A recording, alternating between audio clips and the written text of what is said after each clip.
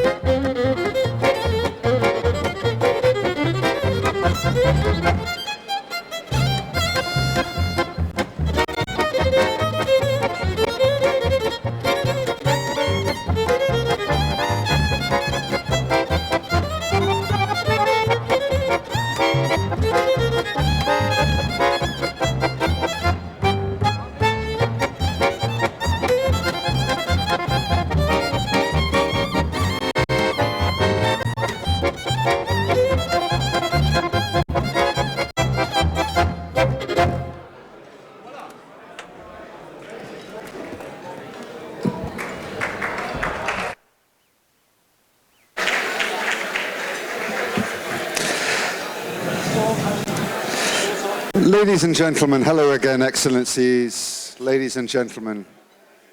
Earlier we heard from our friend, the Polish senator. It is now my great pleasure to invite to address you a new friend of ours at the EGA, the Senate Secretary of the French Republic, Monsieur Joël Guerriau. Monsieur Guerriau, on vous attend.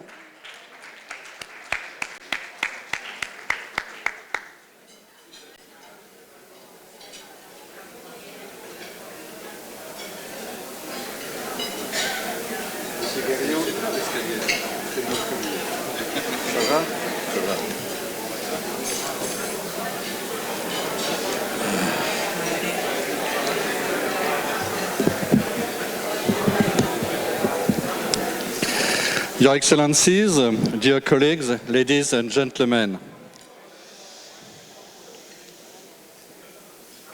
Please allow me to thank the European Jewish Association for organizing this important event. When I was mayor, I had the opportunity to sit on the executive board of my political party next to Simone Veil, who was deported to Auschwitz at the age of 16. Member of Parliament, Minister of State, she became head of the European Parliament from 1979 to 1982. Allow me to pay tribute to this great lady who has known the worst and gave France the best.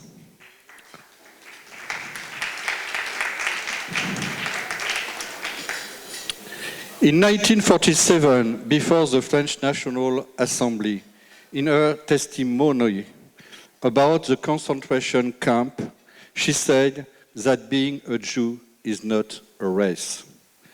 Then, in the 60s, radio and TV played a key role in the media coverage of the history of the Shoah in France. This began in 1963 with the radio broadcast of Adolf Eichmann's trial, the Nazi in charge of the logistics for the final solution. One even changed the conception that we had of the genocide.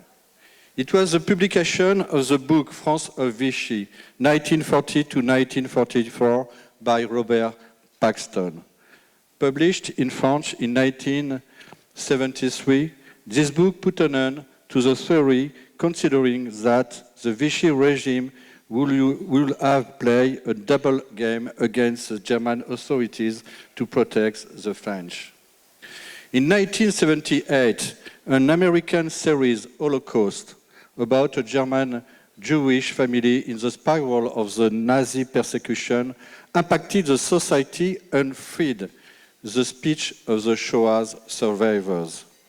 In 1995, President Jacques Chirac solemnly acknowledged at the Veldiv the responsibility of the French state in the Jews' deportation. After this speech, the Shoah took a collective and official dimension in France. Then in 1999, Jacques Chirac created the Commission for the Compensation and Victims of Spoliation. Thus, the 20th century has ended, marked by two world conflicts.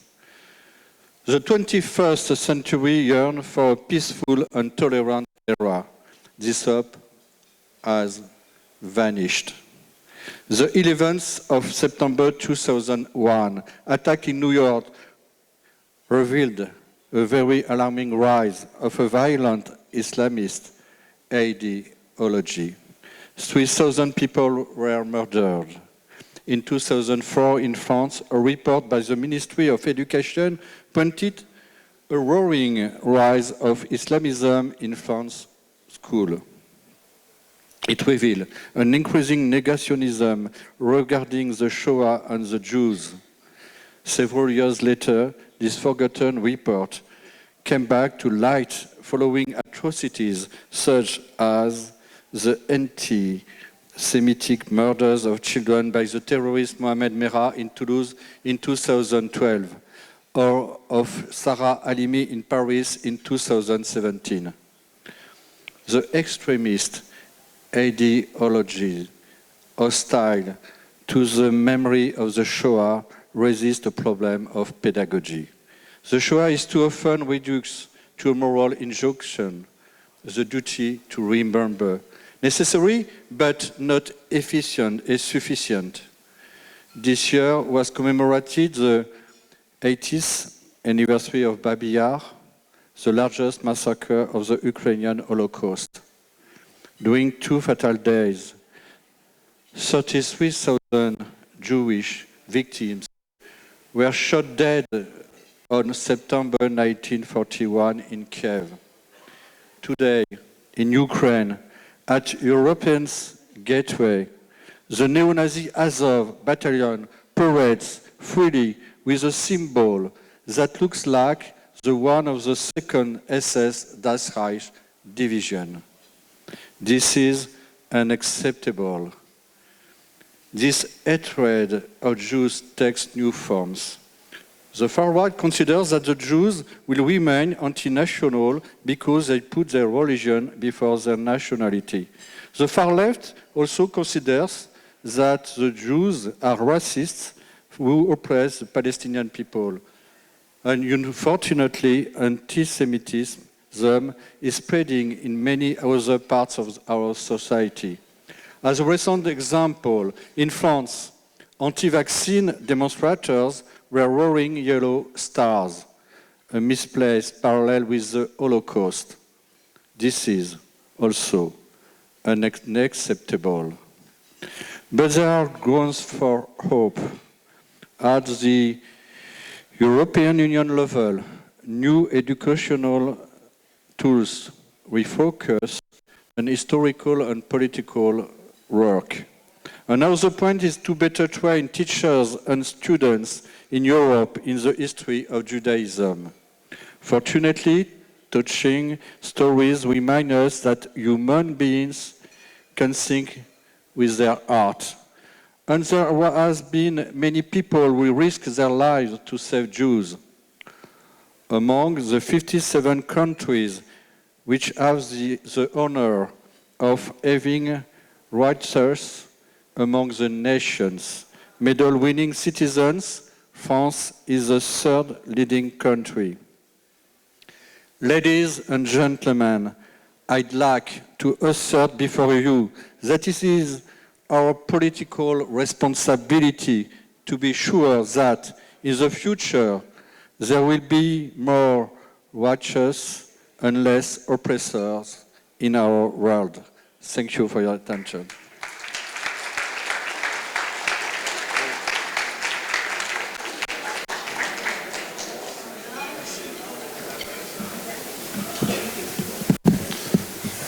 Merci, Monsieur Guerriot.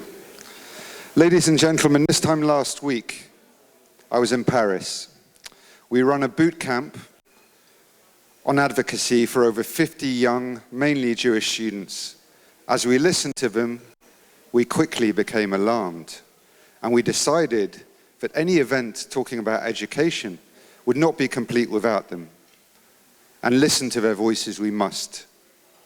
We have two of these students with us this evening.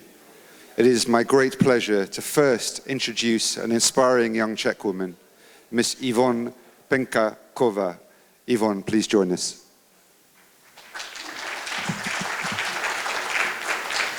Thank you. Good evening. My name is Yvonne, and I'm studying Jewish history at Charles University in Prague. Thank you. I'm working on independent research of Jewish heritage in Central Europe. I'm visiting different towns, searching for abandoned synagogues and Jewish cemeteries. You can find Jewish footsteps everywhere in Europe. Before the Holocaust, Jewish life was a natural part of society in almost every town all around Europe. From my research, I know that European Jews felt strong connections to their countries where they created unique environments. The history of every country in Europe is different and unique, but the Jewish people were present in each of them for centuries. Before the Second World War, Jewish people were fully contributing members of European society. They felt strong connections to their countries, hometowns, and communities. Jewish artists, philosophers, scientists were proudly representing European culture and contributed to its progress. Judaism respects and shares European values, and Jewish presence is a natural part of European heritage. What happened during the rise of nationalism in Europe is that a certain group of Europeans were systematically isolated from the society. Based on anti-Semitic propaganda, European Jews were targeted one by one and isolated from their institutions. They lost their statuses, jobs, possessions, and families. All of it was happening legally and in front of the eyes of public. A public that was cultured, educated, and progressive. That is why the Holocaust cannot be presented only as a Jewish tragedy, but a tragedy of all European nations and the whole humankind. Jewish presence shouldn't be excluded from the history books, and gas chambers are not the symbol of Jewish heritage of Europe. There are hundreds of years of fascinating Jewish history in every European country, and by including it into the educational curriculum, we can help eliminate anti-Semitism in our societies. The Holocaust is a painful piece of evidence of what can happen in civilized and cultured societies if there is a space of anti-Semitism, extremism, and hate. Jews in Europe feel strong connections to this continent, its culture and history. And Jewish people deserve to feel safe in European institutions. And they should never feel isolated again. Thank you.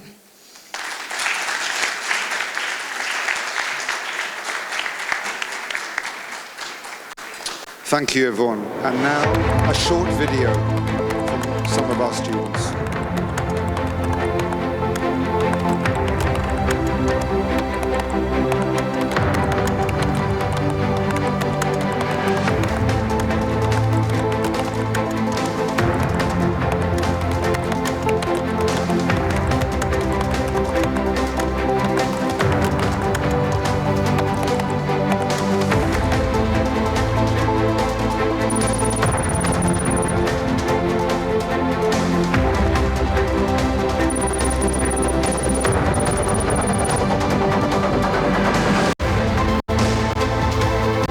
Hi, my name is Atam. I am a student in the University of Leiden in the Netherlands, and I study in The Hague, study international studies.